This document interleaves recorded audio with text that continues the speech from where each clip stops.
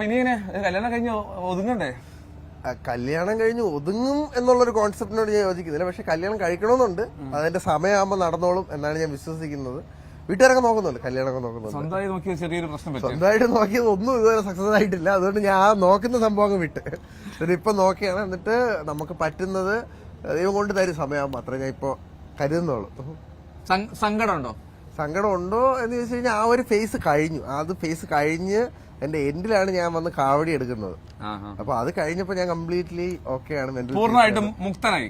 അതെ, സമാധാനമായിട്ട് ജീവിക്കുന്നുണ്ട്. ഫാമിലി, വർക്ക്, പിന്നെ നമുക്ക് ലൈഫിലുള്ള കുറച്ച് വിശ്വാസങ്ങൾ, എത്തിക്സ്, ഇതൊക്കെയാണ് നമ്മളിപ്പോ ഡ്രൈവ് ചെയ്ത് കൊണ്ടുപോകുന്നത്. അതെ, ഈ പറഞ്ഞ പോലെ നമ്മളുടേതായിട്ടുള്ള സാധനം നമുക്ക് വരും ദാസ അല്ലേ? അതെ, സമയമാകുമ്പോ ഇപ്പൊ പറഞ്ഞ കണക്ക് ബ്രോ, വ്ളോഗ് തുടങ്ങുന്നതൊന്നും ഞാൻ പ്ലാൻ ചെയ്ത കാര്യമല്ല. ടിവിയിൽ വരുന്നത് ഞാൻ പ്ലാൻ ചെയ്ത കാര്യമല്ല. എന്നിട്ട് ഈ ഇന്റർവ്യൂ പോലും ഇന്നലെ രാത്രി വരെ എനിക്കറിയത്തില്ലായിരുന്നു. അപ്പോ ഇതെല്ലാം പ്ലാൻ ചെയ്താതെ വരുന്ന കാര്യങ്ങളാണ് ലൈഫിൽ കൂടുതൽ നല്ലതായിട്ട് വന്നിട്ടുള്ളത് എനിക്ക്. അപ്പോ ആ ഒരു ഹോപ്പിലാണ്. ഹോപ്പാണല്ലോ ഏറ്റവും വലിയ. അതെ.